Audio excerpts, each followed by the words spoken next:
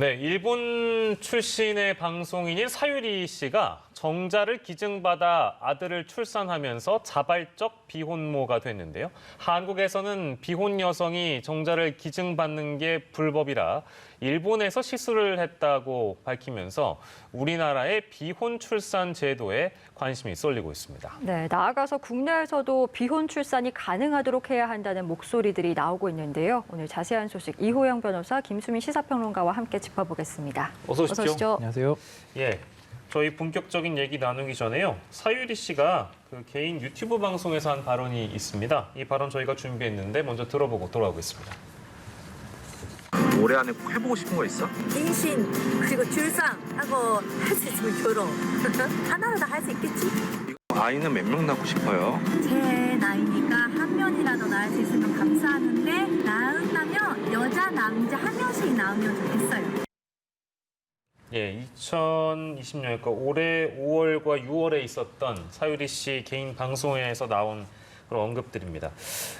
사유리 씨가 어쨌든 자발적인 비혼모가 된 그 배경이 있을 것 같아요. 김수민 평론가께서 어떤 사연이 있었는지 좀 자세하게 설명을 해주신다면요. 화면으로 보셨겠지만 평소에 출산을 간절히 원하는 그런 케이스라고 볼 수 있는데 문제는 이제 사유리 씨가 검진을 받아 보니까 난소 노화가 오고 있었다라고 하는 거예요. 그렇다면 더 늦어지기 전에 임신하고 출산을 해야겠다라고 결심을 했는데 이제 그 상대라고 할 수 있는 남성이 없는 상황이었던 것이고 그것이 없는 상황에서 뭐 억지로 결혼을 한다거나 이것은 더더욱이나 해서는 할 수 없는 것이겠죠. 그런 상황에서 근데 이제 국내에서는 사실상 불가능한 정자 기증이 일본에서는 가능하기 때문에 일본에서 이제 정자를 기증받아서 출산을 하는 그런 결단을 내렸다고 볼 수 있습니다. 예, 말씀해 주신 것처럼 사유리 씨가 이제 일본에서 정자를 기증받아서 출산을 하게 된 배경은 아무래도 우리나라에서는 관련해서 이 정자 기증을 받는 것이 불법이기 때문인데 현행법상 우리나라에서는 아예 불가능한 겁니까?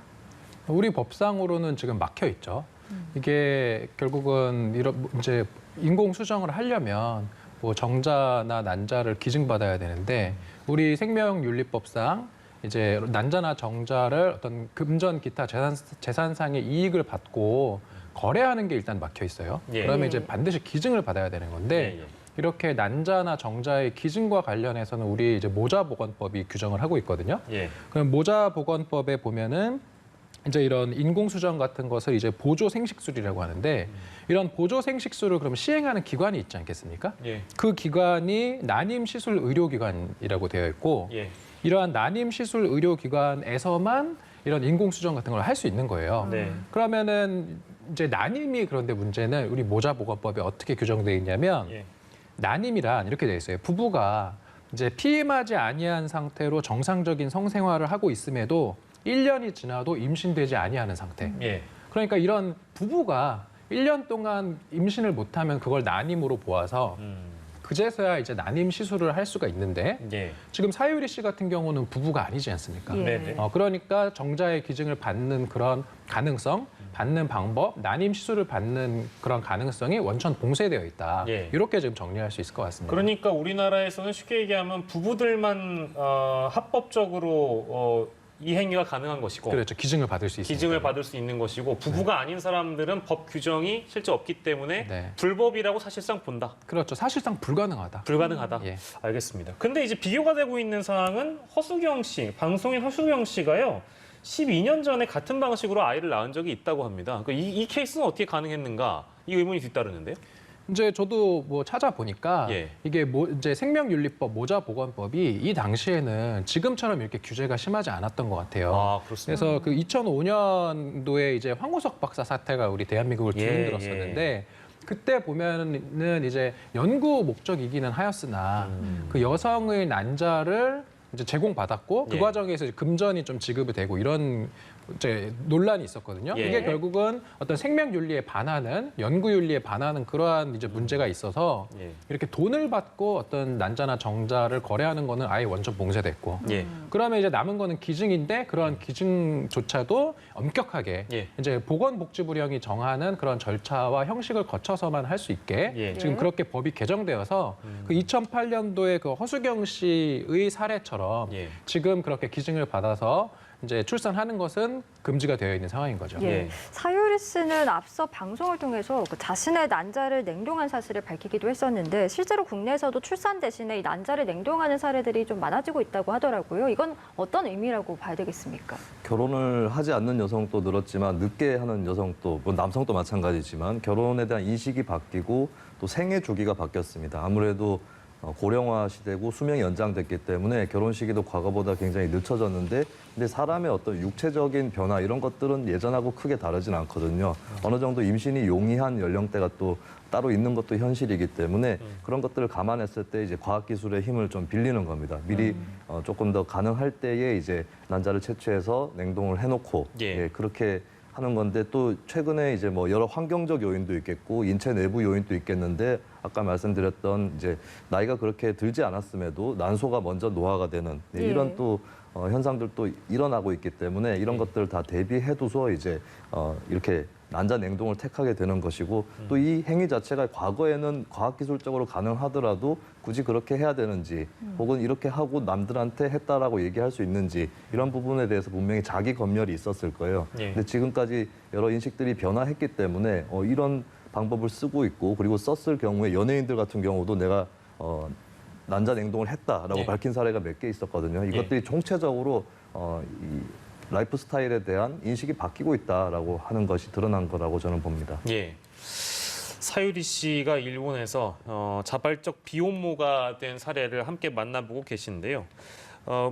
최근에는 이제 낙태와 관련돼서 이슈가 있어서 낳지 않을 권리, 여성이 낳지 않을 권리에 대한 주제를 저희가 다뤄본 적도 있는데 이 주제는 여성이 실제 결혼을 하지 않다고 하더라도 비혼이더라도 엄마가 될 수 있는 권리, 낳을 권리에 대한 고민을 우리가 시작을 해야 된다. 이제 이런 논의들이 많이 오가고 있는 것 같아요. 다른 나라 사례를 좀 비교해 보면 이해가 쉬울 것 같습니다. 네, 뭐 전 세계적으로 앞으로도 더 그럴 텐데 삶의 어떤 획일적 표준으로부터 벗어난 개별 어떤 자유 이런 것들을 더 중시하는 그런 정책으로 갈 것으로 보이고 이미 이 부분에서도 스웨덴, 영국, 미국의 일부 주 같은 경우는 배우자가 없어도 정자를 기증받을 수 있도록 그렇게 법이 허용을 하고 있습니다. 그리고 일본 같은 경우는 조금 자세하게 들어봐야 될 것 같은데 인공 수정 시술에 대해서는 무정자증 부부에게만 허용하는 걸로 그 학회 규칙은 돼 있는데요. 근데 좀 개별적으로 들어가서 각 병원에서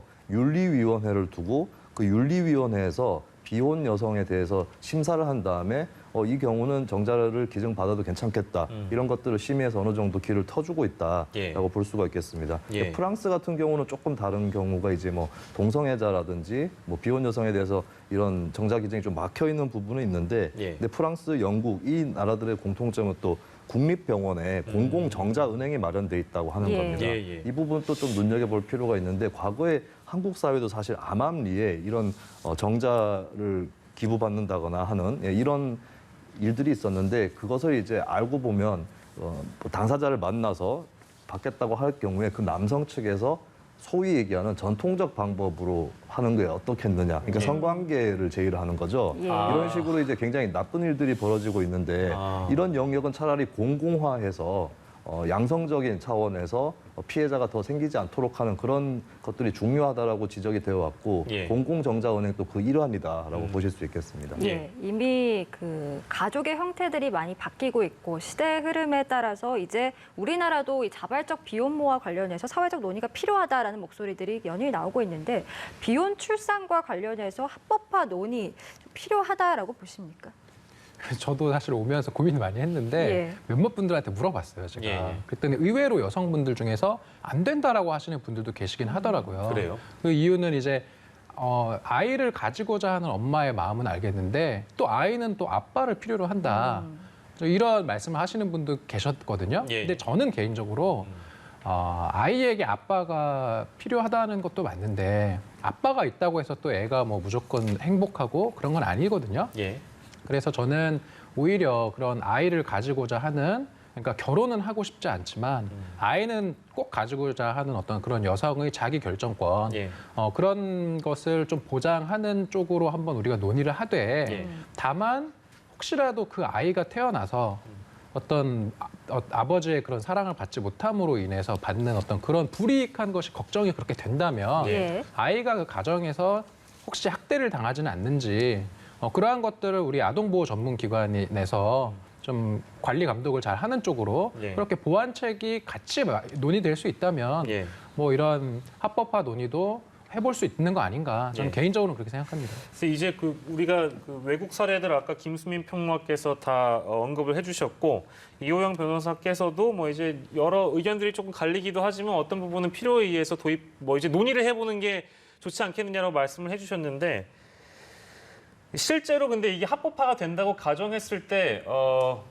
글쎄요 우리 사회는 지금 현재 이런 제도라고 표현해도 되는지 모르겠습니다만 실제 이런 자발적 비혼 모델을 우리 사회가 아름답게 받아들여줄 수 있는가, 뭐 문화적으로든 뭐 정서적으로든 그런 어떤 성숙도가 되어 있는가에 대한 의문은 분명히 있는 것 같습니다. 어떻게 네. 좀 생각하세요? 여러 가지 고민되는 지점이 있겠죠. 비혼 출산했을 경우에 생길 수 있는 문제라든지 어려움들 이런 것들은 고민할 수 있는데 사실 그것은 제도를 떠나서 그 개인이 사적으로 고민하는 것만으로도 굉장히 충분하다고 보여집니다. 그것을 예. 굳이 법적으로 못할 이유가 있는 것인가? 예, 뭐 여러 가지 조건부로 허용을 해줄 수 있는 방안도 있는 것이고요. 그리고 이제 비혼 출산 외에도 여러 가지 이제 가족 형태에 대한 여러 고민들이 필요합니다. 그러니까 꼭 혈연과 혼인으로만 맺어진 것이 가족인가라고 예. 하는 그런 문제도 있는 것이거든요.